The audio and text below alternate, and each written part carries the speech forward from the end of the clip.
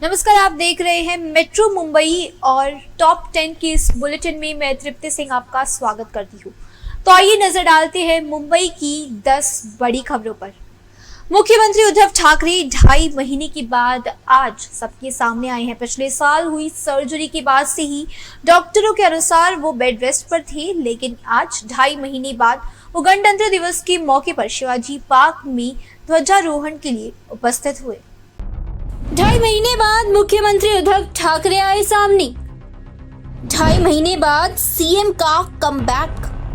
आज देश भर में 73वां गणतंत्र दिवस मनाया जा रहा है और वहीं महाराष्ट्र के मुख्यमंत्री उद्धव ठाकरे आज पूरे 2.5 महीने के बाद लोगों के सामने आए। गणतंत्र दिवस के मौके पर मुख्यमंत्री उद्धव ठाकरे ने शिवाजी पार्क में आयोजित होने वाले प्रमुख समारोह में हिस्सा लिया। इस मौके पर राज्यपाल भगत सिंह कोश्यारी के हाथों ध्वजारोहण किया गया। मुख्यमंत्री पिछले साल 12 नवंबर को हुई रीढ़ की हड्डी की सर्जरी के बाद पहली बार किसी सार्वजनिक कार्यक्रम में प्रत्यक्ष रूप से शामिल हुए। इसके पहले मुख्यमंत्री बीते दिसंबर महीने में आयोजित विधानमंडल के शीतकालीन अधिवेशन में शामिल नहीं हो सके थे। पिछले 2 महीने से सार्वजनिक रूप से मुख्यमंत्री के नजर न आने को लेकर भाजपा उन पर काफी हमलावर हो गई थी। भाजपा ने मुख्यमंत्री पद का प्रभार किसी और मंत्री को देने की भी मांग की थी, लेकिन महाविकास अघाड़ी के मंत्री लगातार कह रहे थे कि मुख्यमंत्री मंत्रिमंडल समेत सभी कार्यक्रमों में ऑनलाइन हिस्सा ले रहे हैं। सरकार का कामकाज सब कुछ ठीक तरीके से चल रहा है, इसलिए किसी मंत्री को मुख्यमंत्री पद का प्रभार देने की आवश्यकता नहीं थी। लेकिन अभी हाल ही में मुख्यमंत्री उद्धव ठाकरे द्वारा ये ऐलान किया गया था कि आज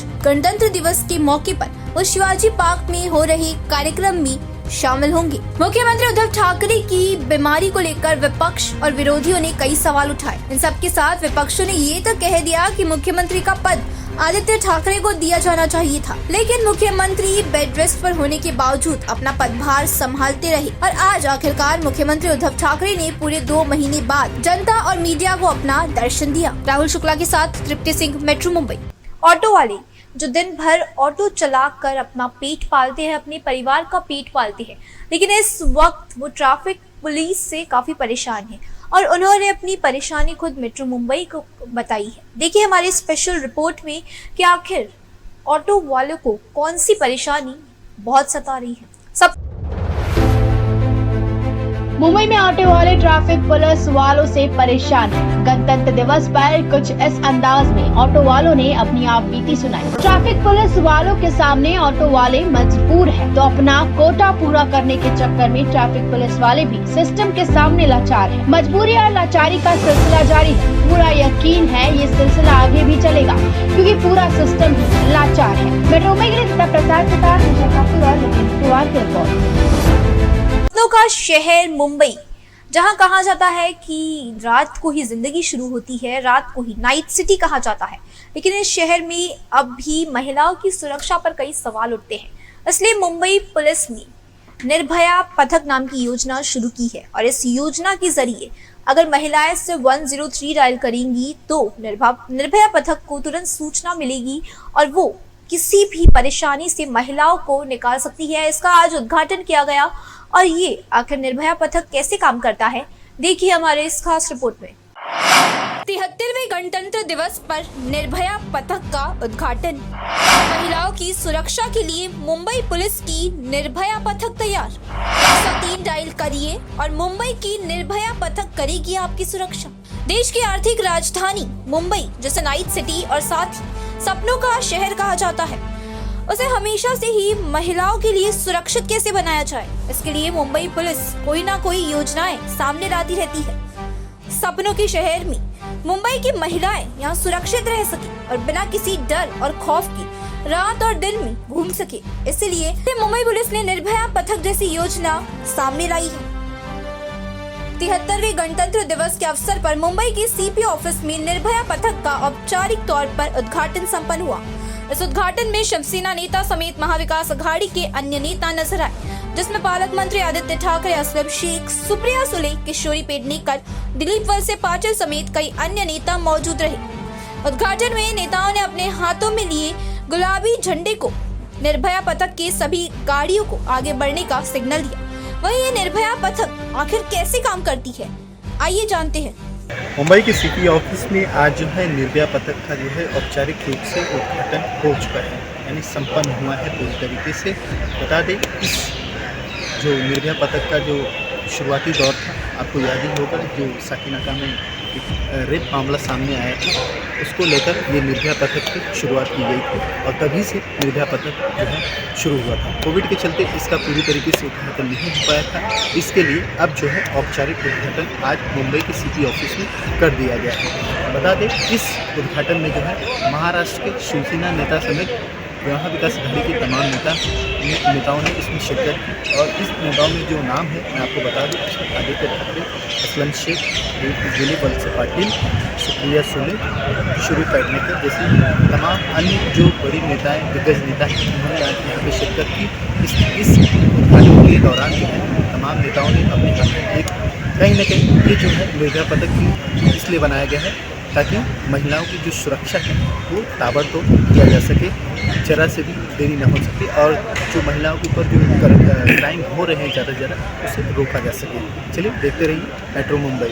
हमने शिवसेना के विधायक और नेता से भी निर्भया पथक आखिर कैसे काम करती है इसके बारे में जाना है, तो आइए जानते हैं वो क्या कहते हैं। तो मुंबई की महिलाएं अब अपने फोन की स्पीड डायल और साथ ही अपने मन में 103 इस नंबर को हमेशा के लिए बिठा ले और याद रखें, अगर कभी भी आपको जरा सा भी डर लगे या लगे कि आप मुश्किलों में पड़ने वाले हैं, तो ये नंबर के डायल करने से निर्भया पथक की टीम आप तक पहुंच जाएगी। इस योजना के लिए मुंबई पुलिस की 91 गाड़ियों को तैयार किया गया है, जो पूरे मुंबई में हो रहे गलत कामों के प्रति अपना ध्यान देंगी और ये वही गाड़ियां हैं जो किसी भी महिला के 103 डायल करने पर तुरंत उस घटना स्थल पर पहुंच जाएंगी। तो अब मुंबई की महिलाओं को घबराने की जरूरत नहीं, क्योंकि मुंबई पुलिस की निर्भया पथक आपके लिए हमेशा तैयार है। मेट्रो मुंबई के लिए प्रीतम सिंह के साथ तृप्ति सिंह की रिपोर्ट। अंधेरी में पुलिस ने एक ऐसे मोबाइल चोर को गिरफ्तार किया है जिसने चलती ऑटो से महिला का मोबाइल चुराया था और उसने जिस हिसाब से मोबाइल चुराया था, उसने एक चोरी की हुई बाइक की मदद से उस मोबाइल को चुराया था। हालांकि पुलिस ने इस चोर को कैसे पकड़ा है, देखिए हमारे इस रिपोर्ट में। मुंबई की कांदिवली पुलिस ने एक ऐसे लुटेरों को गिरफ्तार किया है जो चलती रिक्शा से मोबाइल छीनकर भाग गया था। वहीं ये मोबाइल चोर स्नेचिंग के साथ साथ बाइक भी चोरी किया करता था, जिसका सीसीटीवी फुटेज भी मेट्रो मुंबई के हाथ लगा है। दरअसल 21 जनवरी को ओशिवारा में रहने वाली नीलम पटेल किसी शादी को अटेंड करने के लिए लिंक रोड से रिक्शा में बैठकर कांदिवली के महावीर नगर जा रही थी। उसी दौरान कांदिवली के लालजी पाड़ा में गड्ढों के कारण रिक्शे की रफ्तार स्लो हो गई। रिक्शा स्लो होने का फायदा चोर ने उठाया और मोबाइल स्नेचिंग कर फरार हो गया। हालांकि महिला उसके पीछे भागी, लेकिन चोर उसके हाथ नहीं लगा, जिसके बाद महिला ने पुलिस में शिकायत दर्ज कराई। पुलिस ने तुरंत उस चोर को ढूंढना शुरू किया, लेकिन सीसीटीवी फुटेज न होने के कारण पुलिस को चोर को ढूंढने में काफी मुश्किलों का सामना करना पड़ा, जिसके बाद पुलिस ने सभी पूर्व अपराधियों को तलाशना शुरू किया। वहीं पुलिस ने चोर को पकड़ने के लिए खबरियों का भी सहारा लिया।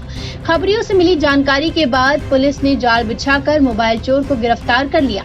वहीं पूछताछ के दौरान पुलिस को पता चला कि मोबाइल के साथ साथ ये चोर बाइक भी चुराता था। वहीं पुलिस ने इस चोर से चुराया गया आईफोन भी बरामद कर लिया है। लेकिन इस घटने से साबित होता है कि मुंबई में चोरों के हौसले बुलंद हैं, गुनहगारों के अंदर कानून का खौफ नहीं बचा है। मेट्रो मुंबई के लिए राजेश सोनी और दत्ता प्रसाद के साथ निशा ठाकुर की रिपोर्ट।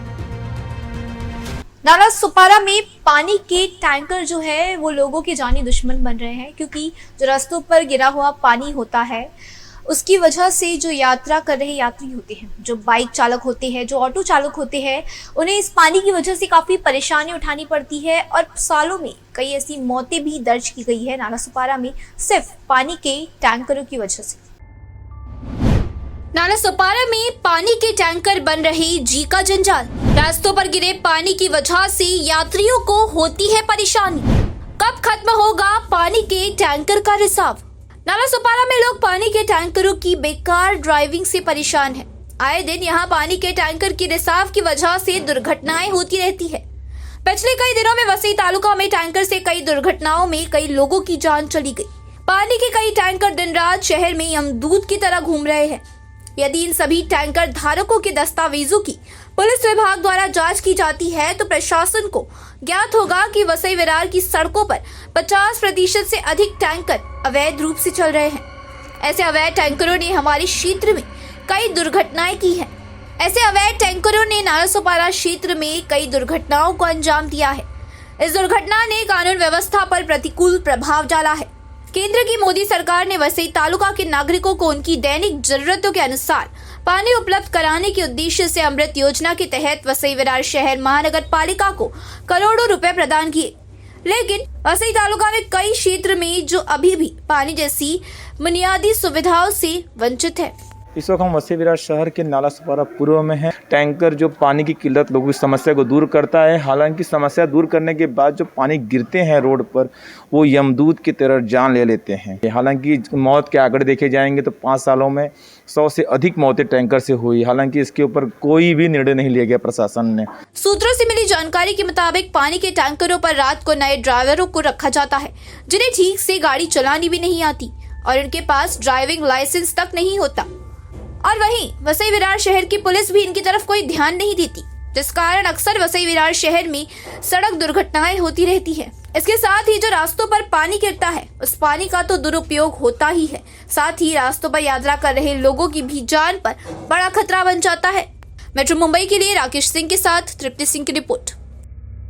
27 और 28 जनवरी को मुंबई के कई इलाकों में पानी नहीं मिलेगा। 18 घंटों तक पानी की समस्या होगी। मुंबईकरों को ये समस्या उठानी पड़ेगी। हालांकि पूरे मुंबई में नहीं, कुछ कुछ इलाके हैं जहां पर पानी की समस्या रहेगी। एक दिन तक 18 घंटे तक पानी बंद रहेगा। और वो इलाके कौन से हैं, देखिए हमारे इस खास रिपोर्ट में। मुंबई के कई इलाकों में 27 और 28 जनवरी को नहीं मिलेगा पानी। बीएमसी ने लोगों से पानी संभाल कर पानी वापरने की अपील। बीएमसी ने 27 और 28 जनवरी को मुंबई के एम पूर्व और एम पश्चिम में 18 घंटे वाटर सप्लाई बंद रहने का ऐलान किया है। बीएमसी ने लोगों से इस दौरान पानी संभाल कर इस्तेमाल करने का अनुरोध किया। ट्रॉम्बे हाई रिजर्वॉयर के इवेंट वॉल्व को बीएमसी बदलने वाली है, जिसके चलते मुंबई के एक बड़े इलाके में जलापूर्ति नहीं हो पाएगी।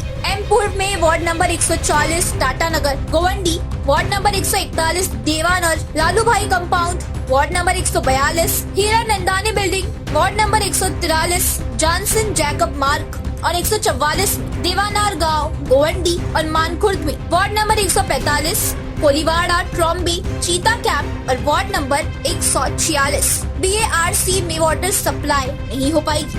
जबकि एम पश्चिम के वार्ड नंबर 151 साई बाबा नगर, 152 चेंबूर गोठान, 153 खाटला और वार्ड नंबर 154 चेंबूर कैंप में भी लगातार 18 घंटे वाटर सप्लाई नहीं हो पाएगी।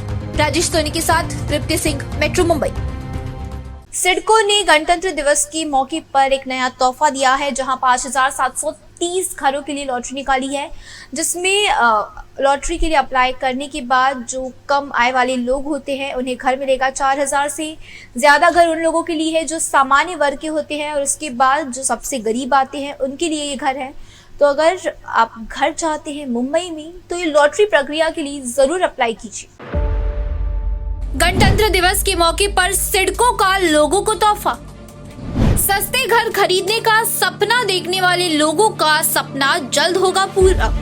सिडको ने नवी मुंबई में 5730 घरों के लिए लॉटरी प्रक्रिया की शुरू। नवी मुंबई में सस्ते घर खरीदने का सपना देखने वाले लोगों का सपना जल्द पूरा होने वाला है, क्योंकि सिडको ने नवी मुंबई में 5730 घरों के लिए लॉटरी प्रक्रिया शुरू कर दी है। गणतंत्र दिवस के मौके पर सिडको ने 26 जनवरी से लॉटरी के लिए रजिस्ट्रेशन और आवेदन की प्रक्रिया शुरू कर दी। ये जानकारी राज्य के शहरी विकास मंत्री एकनाथ शिंदे ने गणतंत्र दिवस की पूर्व संध्या पर दी। ये घर नवी मुंबई में कलम्बोली, तलोजा और द्रोणागिरी में स्थित होंगे। सिडको की नवी मुंबई में 5000 घरों की महागृह निर्माण योजना है। इस घरकुल योजना के अंतर्गत अति निम्न आय वर्ग एवं निम्न आय वर्ग के नागरिकों को घनसोली, खारघर, कलम्बोली, तलोजा एवं द्रोणागिरी में मकान उपलब्ध होंगे। हाउस लॉटरी के लिए पंजीकरण प्रक्रिया 26 जनवरी 2022 को सुबह 11 बजे से शुरू होगी। पंजीकरण 24 फरवरी 2022 को रात 8 बजे तक खुला रहेगा। पंजीकरण सिडको की वेबसाइट https.lottery.cidcoindia.com ऐप पर किया जा सकता है। घरों के लिए ऑनलाइन आवेदन गुरुवार 27 जनवरी 2022 को दोपहर 12 बजे से उपलब्ध होंगे। आवास के लिए आवेदन 25 फरवरी रात 12 बजे तक स्वीकार किए जाएंगे। प्रधानमंत्री आवास योजना के तहत 5,730 घरों में से 1,524 घर आर्थिक रूप से कमजोर वर्ग के लिए और 4,206 सामान्य वर्ग के लिए उपलब्ध है। सिडको द्वारा घरों के लिए लॉटरी निकालने से गरीबों को बहुत ज्यादा राहत मिली है। राजेश सोनी के साथ तृप्ति सिंह, मेट्रो मुंबई। मुंबई, ठाणे और नवी मुंबई के बाद अब मीरा भाईंदर वालों के लिए भी एक खुशखबरी है, जहां अब 500 वर्ग फुट तक के घरों के लिए टैक्स में छूट दी गई है, यानी टैक्स में माफी दी गई है। और आखिर ये कैसे मुमकिन हुआ, आखिर ये सारी चीजें कैसे हुई और मीरा भाईंदर वालों के लिए खुशखबरी कैसे आई, देखिए हमारे इस खास रिपोर्ट में। मीरा भाईंदर वासियों को मनपा ने दिया तोहफा। मीरा भाईंदर में 500 वर्ग फुट तक के फ्लैटों को टैक्स से राहत। मुंबई, नवी मुंबई, ठाणे के बाद मीरा भाईंदर मनपा ने दी प्रॉपर्टी टैक्स में राहत। भाजपा ने कल यानी मंगलवार को आम सभा की बैठक में मीरा भाईंदर में 500 वर्ग फुट तक के फ्लैटों को टैक्स में छूट देने के फैसले को बहुमत से मंजूरी दे दी है। मीरा भाईंदर नगर निगम में बीजेपी सत्ता में है। आयुक्त ने विचार व्यक्त किया है कि इस कर छूट के निर्णय से निगम पर वित्तीय बोझ बढ़ेगा। हालांकि शिवसेना और भाजपा के बीच टकराव की स्थिति में सत्तारूढ़ दल द्वारा इस प्रस्ताव को मंजूरी मिलना मुश्किल लग रहा है। दरअसल कल यानी मंगलवार को भाजपा ने मीरा भाईंदर में 500 वर्ग फुट तक के फ्लैट मालिकों को नए साल का तोहफा दिया है। मुंबई, नवी मुंबई, ठाणे के बाद आज मीरा भाईंदर पालिका की आम सभा में शहर में 500 वर्ग फुट तक के फ्लैटों को टैक्स से छूट देने का निर्णय लिया गया। भाजपा ने बहुमत से इसे मंजूरी दी। हालांकि कर माफ करते हुए एक प्रस्ताव पारित किया गया था कि नगरपालिका के खजाने पर वित्तीय बोझ को हर साल सब्सिडी के रूप में राज्य सरकार द्वारा वहन किया जाना चाहिए। मुंबई नगर निगम के फैसले के बाद शिवसेना के विधायकों ने मेयर को पत्र लिखकर मीरा भाईंदर में 500 वर्ग फुट तक के फ्लैटों के लिए स्थायी कर छूट की मांग की थी। मीरा भाईंदर नगर निगम डी श्रेणी में आता है। ये प्रस्ताव मीरा भाईंदर मनपा वहन नहीं कर सकता। हालांकि शिवसेना विधायकों के इस खेल को उलटने के लिए बीजेपी ने इस टैक्स माफी के प्रस्ताव को मंजूरी दे दी और राज्य सरकार से नुकसान का मुआवजा दिलाने के प्रस्ताव को ही मंजूरी दे दी। शिवसेना ने इस कदम को लेकर बीजेपी पर निशाना साधा है। इस प्रस्ताव को मंजूरी दिए बिना नगरपालिका की आय का स्रोत बनाने के लिए आयुक्त, महापौर और पद अधिकारियों की संयुक्त बैठक होनी चाहिए थी। हालांकि शिवसेना ने बीजेपी पर कर राजनीतिकरण करने का आरोप लगाया। अगर मीरा भाईंदर नगर निगम 500 वर्ग फुट से कम की आवासीय संपत्तियों को कर छूट देता है तो निगम की आय में हर साल 109 करोड़ रुपए की कमी आएगी। आयुक्त ने कहा कि वर्तमान में निगम की वित्तीय स्थिति खराब है और अगर हर साल इस तरह की टैक्स छूट दी जाती है तो निगम की वित्तीय स्थिति खराब हो जाएगी। तृप्ति सिंह के साथ मेट्रो मुंबई के लिए राजेश सोनी की रिपोर्ट। पिछले साल दिसंबर महीने से बढ़ रहे कोरोना मामलों पर अब लगाम लगते हुए नजर आ रहा है, लेकिन फिर भी मुंबई करों को सुरक्षित रहने की जरूरत है। वहीं मुंबई में बीते 24 घंटे में आज कोरोना के 1858 मामले ही सामने आए हैं, तो इस वजह से मुंबई करों के लिए ये काफी दिलासे की बात है। मुंबई करों के लिए आज दिलासे की खबर सामने आई है, जहां मुंबई में बीते 24 घंटे में कोरोना के 1858 मामले सामने आए हैं। साथ ही इस दौरान 13 लोगों ने कोरोना से जान गंवाई है। एक्टिव पेशेंट की बात करें तो मुंबई में कोरोना के 22,364 एक्टिव मामले हैं। मुंबई की रिकवरी रेट 96% है। साथ ही मुंबई की डबलिंग रेट 185 दिन है। कंटेनमेंट जोन की बात करें तो मुंबई में एक भी कंटेनमेंट जोन मौजूद नहीं है। साथ ही सील बिल्डिंगों की संख्या 27 पर पहुंच गई है। News desk, metro Mumbai. फिल्में और सोशल मीडिया एक ऐसा जरिया होती है जिसमें बड़े पैमाने पर युवाओं को एक साथ जोड़ा जा सकता है और इसी हथकंडे को पश्चिम रेलवे ने अपनाया है, जहां उन्होंने पुष्पा फिल्म के जरिए एक वेब कार्ड जारी किया है अपने ट्विटर हैंडल पर, जिसमें लिखा है कोरोना में झुकेगा नहीं। और इसकी मदद से वो क्या संदेश देना चाहते हैं मुंबई करों को, लोकल में यात्रा करने वालों को, देखिए हमारे इस खास रिपोर्ट में। पश्चिम रेलवे को मिला फिल्म पुष्पा का सपोर्ट। कोरोना के खिलाफ अब ऐसे लड़ाई हुई मजबूत। कोरोना को देखते हुए पश्चिम रेलवे की नई पहल। कोरोना मामले में फाइट अगेन कोविड-19 मुहिम प्रयास में पश्चिम रेलवे को सोशल मीडिया पर तेजी से सपोर्ट मिल रहा है। पश्चिम रेलवे ने इस मुहिम में पुष्पा नामक हिट फिल्म में वेब कार्ड बनाकर अपने सोशल मीडिया पर जागरूक अभियान की पहल की, जिसमें कोविड के नियमों का पालन करने की सलाह दी गई। वहीं पुष्पा फिल्म के वेब कार्ड पर कोरोना में झुकेगा नहीं नाम से लोगों को संदेश देने का प्रयास किया गया। आपको बता दें कि पश्चिम रेलवे ने अपने ट्विटर अकाउंट पर पोस्ट करने के बाद से ही लोग इसे रीट्वीट कर वायरल करते नजर आए। अब तक पश्चिम रेलवे की इस पोस्ट को 76,000 से ज्यादा लोगों ने देखा है। फिल्में और सोशल मीडिया एक ऐसा जरिया है जिससे करोड़ों लोगों को एक साथ जोड़ा जा सकता है, और ऐसा ही कुछ हथकंडा पश्चिम रेलवे ने अपनाया। फाइट अगेन कोविड-19 मुहिम में पश्चिम रेलवे के जनसंपर्क अधिकारी ने बताया कि हमारे सोशल मीडिया पर लाखों फॉलोअर्स हैं, जिसके चलते हम हिट फिल्मों के जरिए लोगों को जागरूक कर रहे हैं। मुंबई की लाइफलाइन लोकल को कोरोना की दूसरी लहर के दौरान एक बड़ा कोरोना स्प्रेडर बताया गया था। इस वजह से ही इस बार लोकल किसी को भी शिकायत का मौका न देकर सभी सुविधाओं और लोगों की सुरक्षा पर ध्यान देती हुई नजर आ रही है। राहुल शुक्ला के साथ तृप्ति सिंह, मेट्रो मुंबई। तो ये थी मुंबई की 10 बड़ी खबरें, मेट्रो मुंबई टॉप 10 बुलेटिन की 10 बड़ी खबरें। और कल मैं फिर आपके सामने ऐसी ही मुंबई की कुछ खास और बड़ी खबरों के साथ हाजिर रहूंगी। मेट्रो मुंबई पर खबरों का सिलसिला लगातार जारी है। आगे की खबरों के अपडेट्स के लिए आप देखते रहिए मेट्रो मुंबई। धन्यवाद।